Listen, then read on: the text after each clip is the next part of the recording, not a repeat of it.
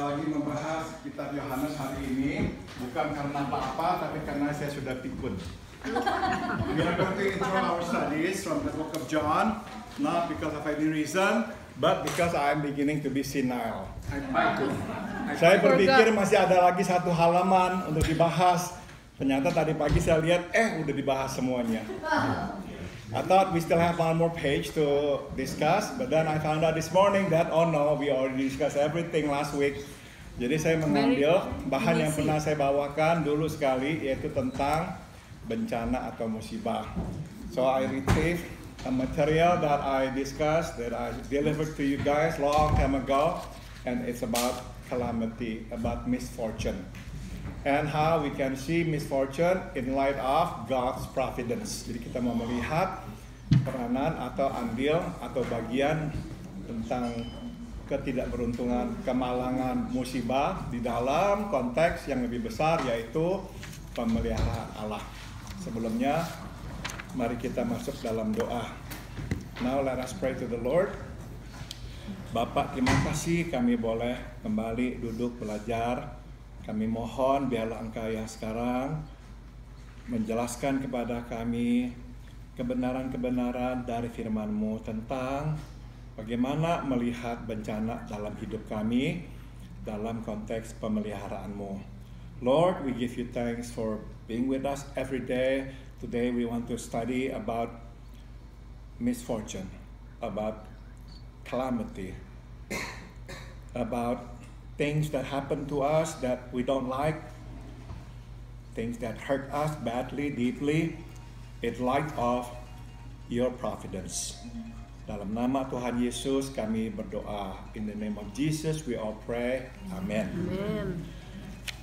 Saudara-saudara, saya akan dasari ini dari kitab Ayub pasal 1 ayat 9. Ya, saya akan bacakan firman Tuhan berkata, apakah Ayub takut kepada Tuhan tanpa pamrih? The verse that I use is from Job chapter 1 verse 9. Does Job fear God for nothing? Saudara, kita ini mengikut Tuhan, kita biasanya akan mengalami ujian-ujian dari Tuhan. Salah satu tujuannya adalah untuk memurnikan kita. Apakah kita mengikutnya karena ada pamrih atau ada hal-hal yang kita terima darinya, dan apakah kita akan tetap mengikut dia bila pamrih itu atau hal-hal yang baik itu tidak kita terima. When we follow God, when we follow Jesus, He will actually purify us, and He purifies us by testing us. And by testing us, what I mean is that He allows bad things, misfortune to happen to us. And by allowing misfortune or bad things to happen to us, He is testing whether or not we will continue believing in Him, following Him, and whatnot. Jadi ini adalah bagian dari kehidupan kita semuanya yang mau mengikut Tuhan. So this is a part of walking with God that we must accept. So if we want to follow Him, we must accept that there are times we must deal with difficult times. Things that happen to us that we don't want to happen. Mari kita sekarang lihat, saudara-saudara. Masalah musibah adalah masalah yang senantiasa menjadi pergumulan manusia. Tambahkan kata pergumulan. So, misfortune is something that we all must wrestle with.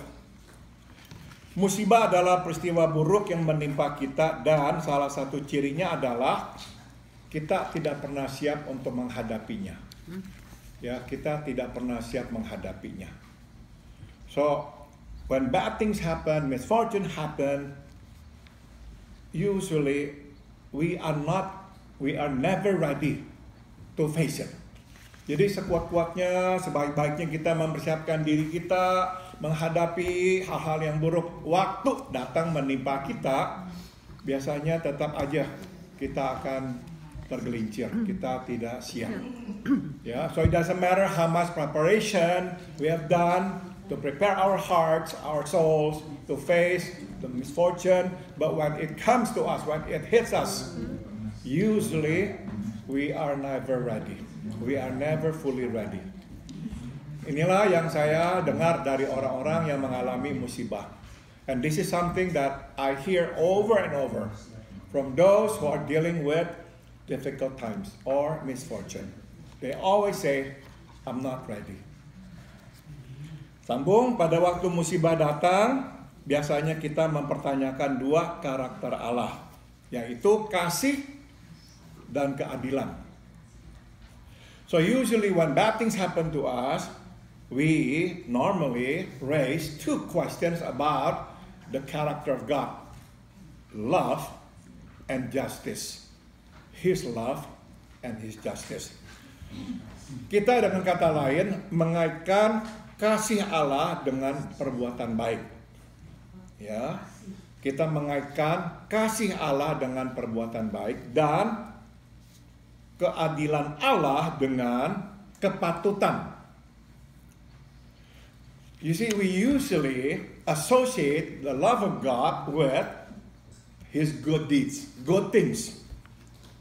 And we usually associate God's justice with things that are supposed to be. Kepatutan. Kelayakan, betul. Kepatutan atau kelayakan. Jadi, saudara, kita ini kan biasanya akan berkata, karena Allah mengasihi saya, maka Dia memberkati saya. Don't we usually say, because God loves me, He blesses me, right? Jadi kalau Tuhan bukannya memberkati kita, malah mengizinkan hal yang buruk menimpa kita, kita berkata, Tuhan, apakah Engkau mengasihi kita? So I want you to see the logic, ya, the assumption. We usually associate God's love with good things. So when bad things happen, we question God's love. Kedua, kita mengaitkan keadilan Allah dengan kelayakan atau kepatutan. And secondly, we usually associate the justice of God, God's justice, with the right thing, things that are supposed to happen. Jadi sewaktu kita melihat sesuatu yang tidak seharusnya terjadi, kita meragukan keadilan Allah. So when we see things or we experience things that we think are not supposed to happen to us, we question God's justice. Dengan kata lain, bukankah yang baik seharusnya diimbali dengan yang baik, yang jahat diimbali dengan hukuman, ya kan? We think that which is good is to be responded by or rewarded by that which is good, and that which is bad or evil is to be rewarded by that which is bad or evil. Tapi tiba-tiba kita yang mencoba hidup baik, menyenangkan Tuhan, mengalami hal yang buruk. Jadi kita bertanya, di manakah keadilan Tuhan? We ask and we raise this question, where is your justice, God? Because we think or we are trying to be good, to live in accordance to God's will. But then this bad thing happened to us. So we question, where is your justice, Lord? Jadi dua hal yang kita selalu fokuskan suatu hal yang buruk menimpa kita, yaitu kasih Allah dan keadilan Allah. So these two things are things that we raised whenever bad things happen to us. God's love and God's justice. Nah, coba kita lihat sekarang perspektif yang keliru dan perspektif yang benar tentang hal ini. Pertama, kita ini beranggapan bahwa ada hukum keadilan yang lebih tinggi dan absolut daripada Tuhan. So, let's see the fallacious assumption or the wrong assumption that there is this law of justice which is higher and more absolute than God. Jadi dengan kata lain, kita beranggapan bahwa hukum keadilan itu di atas Allah sendiri. In other words, we sometimes think that justice or God's justice or the law of justice is over and above God Himself. this is wrong. Jadi hukum ini atau pengertian ini seolah-olah berkata, keadilan mengikat siapapun termasuk Tuhan. So if we have this understanding, we then think that this justice, the law of justice, binds everyone, including God. Because it is over and above God. Dengan kata lain, Tuhan harus bertindak sesuai dengan hukum ini untuk menunjukkan keadilannya.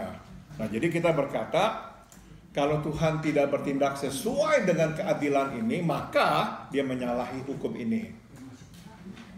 Ya. So we then conclude, God must abide by this law of justice. So whenever God does something, or we see God do something to us that we think is unjust, we say, Lord, no, you are supposed to subject to this law of justice. Yang baik diimbali dengan yang baik. Yang salah barulah diimbali dengan hukuman. We say, that which is good has to be rewarded by that which is good. And that which is wrong, okay, rewarded by that which is wrong, or punishment. Nah, jadi dalam menghadapi musibah,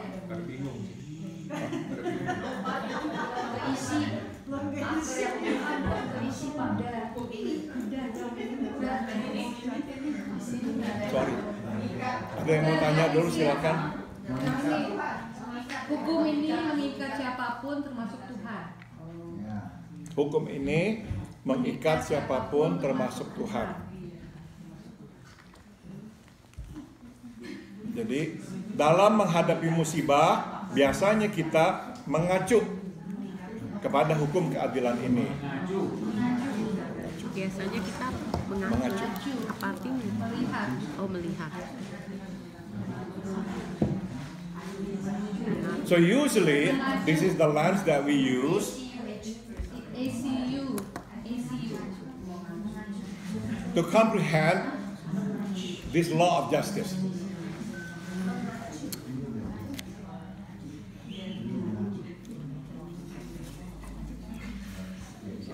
Jadi saudara, ini penting sekali kita mengerti sebab pandangan yang keliru menghasilkan reaksi yang keliru. Ya, it is important for us to have this correct understanding because incorrect understanding gives birth to wrong reaction. Nah, yang benar adalah ini saudara, Tuhan sendiri adalah tolok ukur keadilan. Tolok, bukan tolak angin ya, tolok ukur.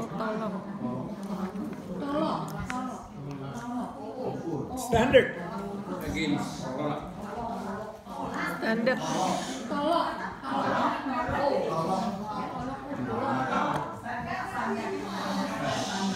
Ini direkam ini.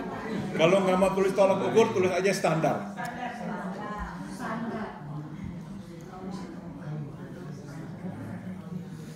So the right perspective is that God Himself is the standard of justice. Ia menggunakan kuasanya sesuai dengan standar moralnya yang sempurna. So God exercises His justice based on His perfect moral standard. Jadi apapun yang dilakukannya adalah adil. Kendati kita tidak memahaminya. So whatever it is that He does is just, even though we don't comprehend it. Jadi dalam menghadapi musibah kita mengacu kepadanya. Ya, bukan kepada hukum, keadilan, tapi kepadanya. So when we have to face misfortune or bad things, we must look at Him. We must refer to Him. We must go to Him.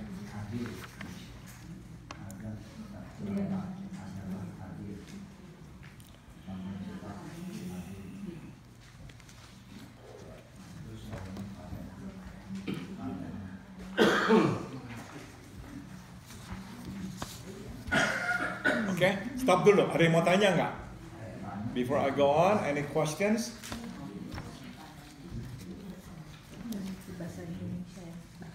Secara singkatnya saudara, ini untuk mengerti kenapa kok hal yang buruk menimpa kita, kita mesti memang keluar dari pemikiran bahwa semua harus tunduk kepada hukum keadilan. Allah tidak tunduk kepada hukum keadilan dalam pengertian bukannya dia bertindak tidak adil, tapi dia berada di atas hukum keadilan. Ya. So when we experience something really awful in our lives, we are just usually tempted to just see everything through this law of justice. And we think that God has to also be subservient to this law of justice, but it is not so. Not that God is against this law of justice. No, He is over and above this law of justice. Nah, dengan pengertian atau menggunakan perspektif yang sama, kita dapat melihat kekeliruan kita memahami kasih Allah. Ya, so we can use the same understanding to see our incorrect view of God's love. Hukum kasih di sini berbunyi, jika saya mengasihi Tuhan dan memperlihatkan kasih itu lewat perbuatan baik, tambahkan kata perbuatan baik, maka Tuhan akan balas, tambahkan kata balas, mengasihi saya.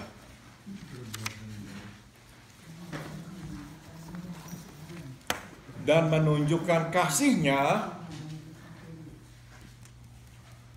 dalam bentuk perbuatan baik. Tambahkan kata perbuatan baik.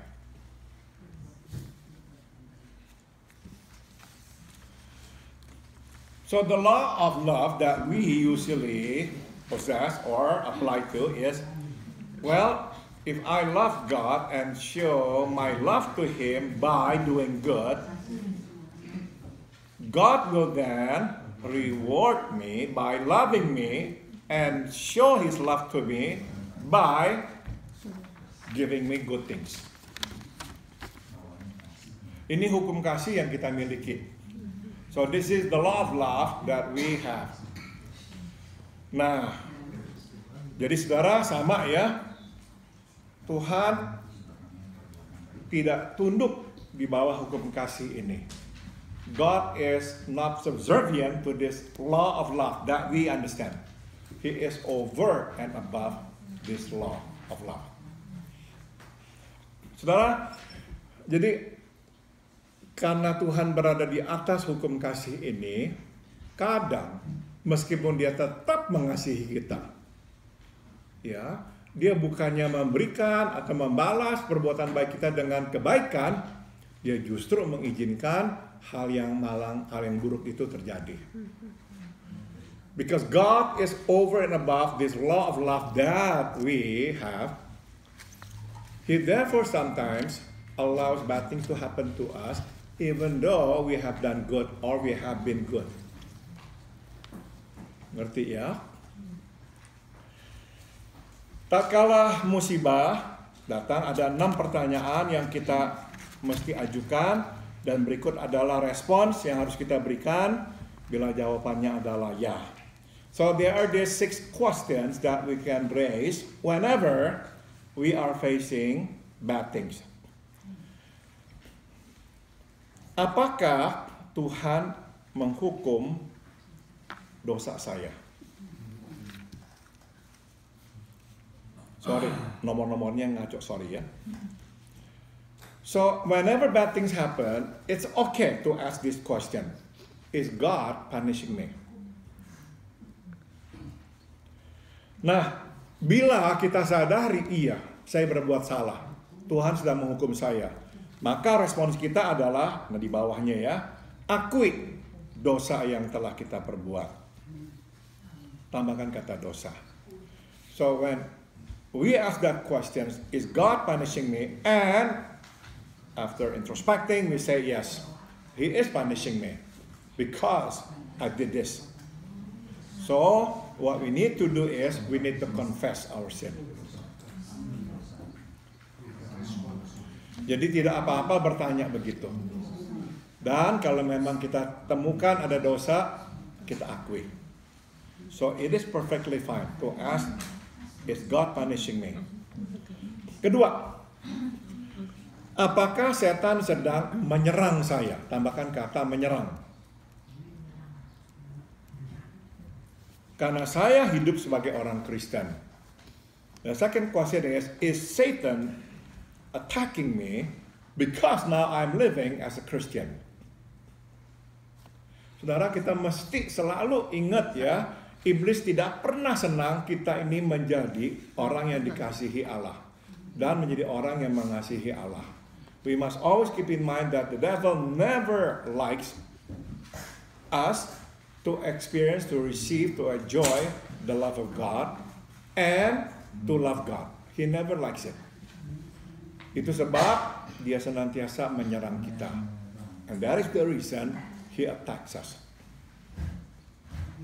Nah, bila kita berkata iya, sepertinya memang iblis sedang menyerang saya, maka respon kita adalah mintalah kepada Tuhan untuk memberi kepada kita kekuatan. Tambahkan kata kekuatan. And if we say yes, I think it is the devil. He is attacking us.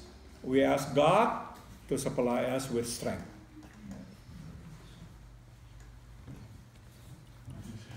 Sebelum kita lanjutkan, saya mau tambahkan. Saudara, iblis menyerang selalu di titik terlemah. Satan always attacks us on our most vulnerable spot. Sebagai contoh, saudara ya. Apa tuh yang kita paling kasihi? Atau siapa tuh yang paling kita kasihi?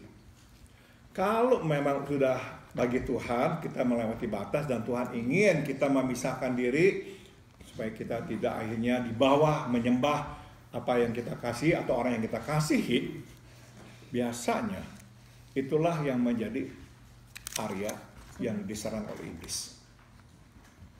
Ya. So what it is that we love, whom it is that we love.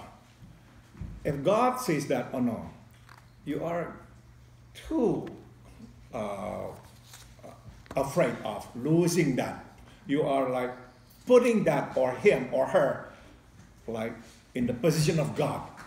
God doesn't like it and he will allow Satan to attack that person or that thing. Biasanya begitu. Yang kedua yang saya perhatikan adalah iblis menyerang di titik terlemah kita. Bisa kelemahan kita atau orang di dekat kita yang paling lemah. Secondly, Satan attacks us on our most vulnerable spot, meaning the area of our life that we are weak at. Makanya selalu kita mesti jaga ya. Di mana kita lemah, kita mesti tahu dan jaga. Therefore, we have to really stand guard.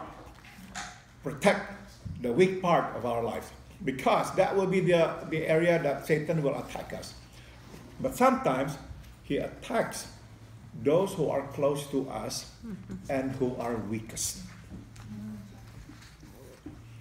Jadi siapa yang dekat sama kita dan yang paling lemah secara rohani, biasanya itulah atau orang itulah yang akan diserang. So, the weakest among us is usually the person or the thing that will be attacked by Satan. Ketiga, apakah Tuhan tengah mempersiapkan, tambahkan kata mempersiapkan, saya untuk suatu pelayanan tertentu yang menuntut saya untuk berbelas kasihan kepada sesama yang menderita. Third question is God preparing me for a ministry that will require me to have compassion to those who are suffering, specifically in that area?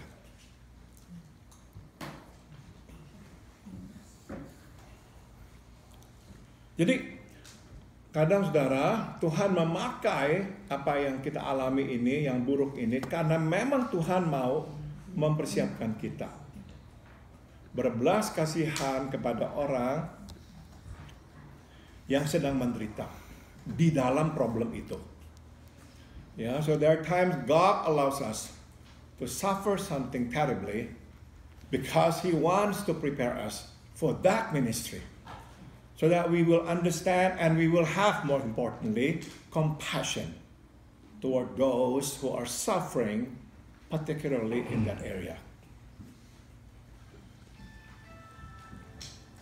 Saya dan Santi selalu mengingat bahwa gara-gara anak-anak kami dulu itu meninggalkan Tuhan dan kami harus bergumul, kami lebih berbelas kasihan kepada orang yang mengalami penderitaan yang sama.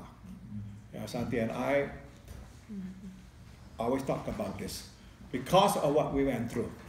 When our children turned their backs against God, God grew compassion, much more compassion in our hearts to those whose children also turned against God. Nah, jadi bila ini yang terjadi, respon kita adalah lawanlah kecenderungan untuk mengasihani diri. Tambahkan kata mengasihani diri. So fight the tendency for self-pity. Mohonlah kepada Tuhan untuk membuka kesempatan, justru ya, tambahkan kata kesempatan. Kepada kita melayani yang menderita, tambahkan kata melayani. So instead of feeling sorry for ourselves, ask God to open an opportunity for us to minister to those who are also suffering, who are in the same boat. Nah, tapi saudara, ini yang saya juga mau berikan masukan ya. Jangan buru-buru. Do not rush. Ya, ini garisnya memang kadang-kadang tipis sekali. I know there is a thin line ya. Ini yang saya maksud. Saudara, kadang-kadang kita ini sewaktu sedang mengalami hal-hal yang buruk ya. Terus kita berkata, oh kita mau jadi berkat buat Tuhan. Makanya udah kita langsung melayani orang lain. Menurut saya lebih baik jangan langsung. Beri waktu. Bergumullah dulu dengan problem kita. Berdiam dirilah dulu.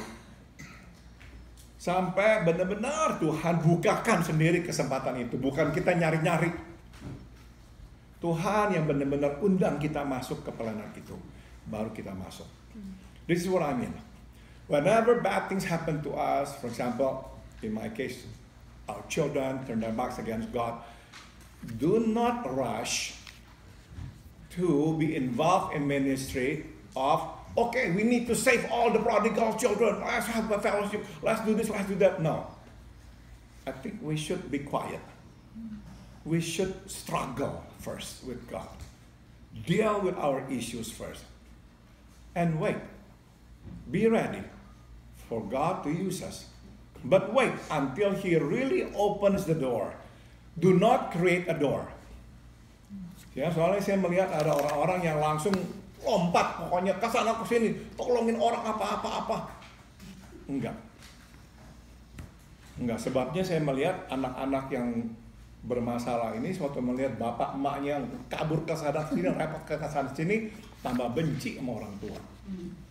Mereka berpikir, lu nggak peduli sama gua, lu lebih pusingin pelayanan lu, bener kok gua dulu begini, lihat lu begini. Makanya jangan. Yeah, I've seen those who just jump out and be busy helping people, dealing with this problem. That would provoke their children even more. Because their children would say, you really don't care about me. You don't stop at all, not even a minute. You keep going, even now you're driving even faster, you're running even faster. They must see that what we are doing, what we are experiencing are impacting you. They must see that I am actually like destroying you. And we are destroyed by what they did to us. So it's important, I think, to be quiet, to be still, and to wait. Keempat, apakah Tuhan sedang menguji saya? Tambahkan kata menguji saya seperti Ayub. And number 4, question that we need to ask is God testing me like He tested Job? Bila iya, nah terimalah uluran tangan. Respons kita di bawah, terimalah uluran tangan dari sesama orang percaya. Accept the help from others. Accept the help from others. Percayalah kepada Tuhan yang tengah menggenapi tujuannya melalui hidup kita. Tambahkan kata menggenapi. Trust God that He is actually fulfilling His plan in our lives. Buat Ayub, ujian yang dia alami seolah-olah itu nggak ada artinya. Buat apa? Tapi sebetulnya ada artinya dan ada rencana Tuhan yang Ayub tidak mengerti. Yang kita juga mungkin sampai sekarang belum bisa mengerti. For Job, what happened to him was like it made no sense. No meaning whatsoever. Why do I have to suffer like this? But not to God. There was a meaning. There was a purpose. He did not understand it, and we may not even fully understand it. But there was and there is. So when we experience something really bad, and then we are convinced that it is actually God's testing us, purifying us, believe that there is a purpose. He's not doing it out of pleasure, just to torture us, just to make Him happy. No. There is a purpose. There is a purpose. Yang kelima, apakah penderitaan ini merupakan akibat alamiah yang berada di luar kendali saya? Akibat alamiah, tambahkan kata itu. Is this suffering, is this misfortune, is this bad thing the consequence or something that happened but beyond my control?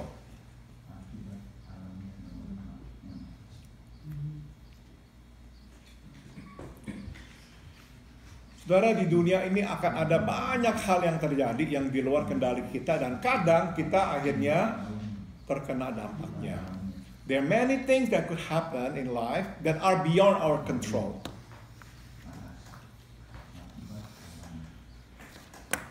Nah, ini makanya respons kita, sadarilah bahwa dunia penuh dosa. Orang baik dan orang jahat keduanya akan mengalami penderitaan. Tambahkan kata penderitaan. So, this is the response that we should get. Please understand, accept the fact that life is full of sin. Therefore, good people and bad people, both alike, will suffer. Namun bagi orang yang baik, tersedia janji Tuhan bahwa penderitaannya kelak akan berakhir. But for the righteous, there is a promise of God that their suffering will end. Penderitaan Ayub berakhir. Remember, Job's suffering stopped.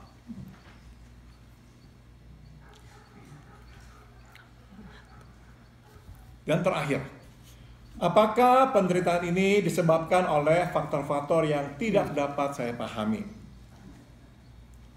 Is this suffering a result of things that we cannot understand? Jadi artinya saudara, tidak selalu kita bisa mengerti kenapa saya mengalami ini. So accept the fact that we cannot always understand why we have to suffer. We don't always have that knowledge, that privilege to understand it. Nah, ini respons kita, jangan menarik diri dalam penderitaan. So do not isolate ourselves when we suffer. Nyatakanlah iman kita kepadanya bahwa Ia peduli dengan penderitaan kita, dan nantikanlah pertolongannya. So even though we don't understand why this happened to us, still keep our faith. Keep our faith that God truly cares. And wait for His help.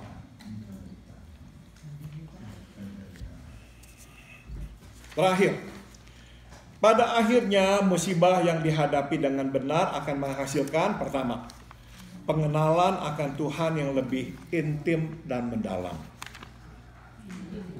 Intim dan mendalam.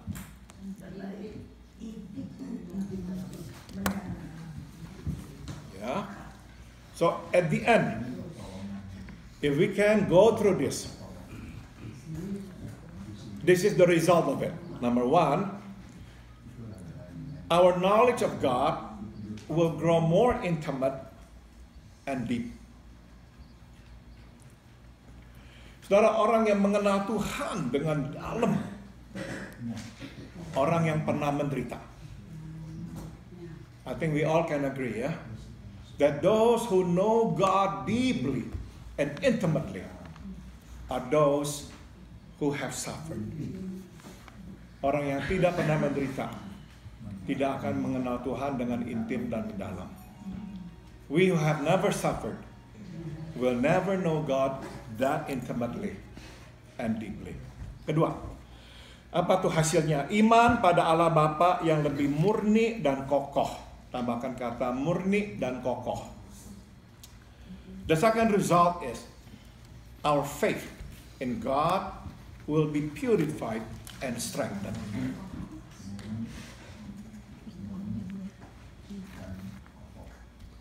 Jadi saudara, orang yang mengalami pukulan-pukulan dalam hidup nggak bisa enggak akan menjadi orang yang kuat.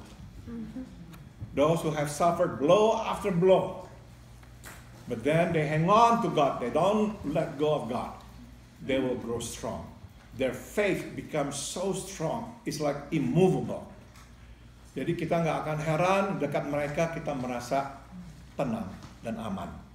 No wonder whenever we are close to this or near those who have gone through this, we feel like safe and at peace because we know that they are strong. Ketiga, hasilnya adalah kasih yang dalam kepada Kristus yang telah menderita bagi kita. Tambahkan kata dalam dan menderita. The third result is we will grow a deep love for Jesus who has suffered for us. Jadi saudara, saya pisahkan ini dari kasih kepada Allah, ya. Jadi orang yang pernah menderita lebih bisa benar-benar menghargai penderitaan Yesus. Ya, those who have suffered, only those who have suffered can identify with the suffering of Jesus. Jadi sebetulnya orang yang berkata, saya dulu nggak pernah mengerti loh tentang penderitaan Yesus. Mungkin bukannya secara kognitif nggak mengerti, tapi secara pengalaman. Jadi setelah menderita di dalam Kristus, baru kita bisa mengerti penderitaan Kristus. Those who have suffered in Christ, only those who have suffered in Christ can understand, can feel the suffering of Christ. Benar-benar. Terakhir, hasilnya adalah kekuatan dari Roh Kudus yang menghibur, tambahkan kata menghibur, dan memberi kita pengharapan yang baru setiap hari. The fourth result, or the last result, is strength from the Holy Spirit that gives us comfort and hope every day. Saudara, saya telah bersama dengan orang yang menderita dan mereka menderita di dalam Kristus. Ini yang saya lihat. Mereka memiliki kekuatan karena menerima penghiburan langsung dari Roh Kudus. Yeah, I've been with those who suffer and they suffer in Christ. And this is what I see. they can actually receive experience the comfort of the Holy Spirit. Jadi benar-benar kekuatan penghiburan mereka bukan datang dari saya mangkit ini, nanti ada ini, ada perbaikan, enggak. Benar-benar mereka kuat dihibur karena Roh Kudus yang menghibur. Oke, mari kita sudahi, selesai. Mau tanya.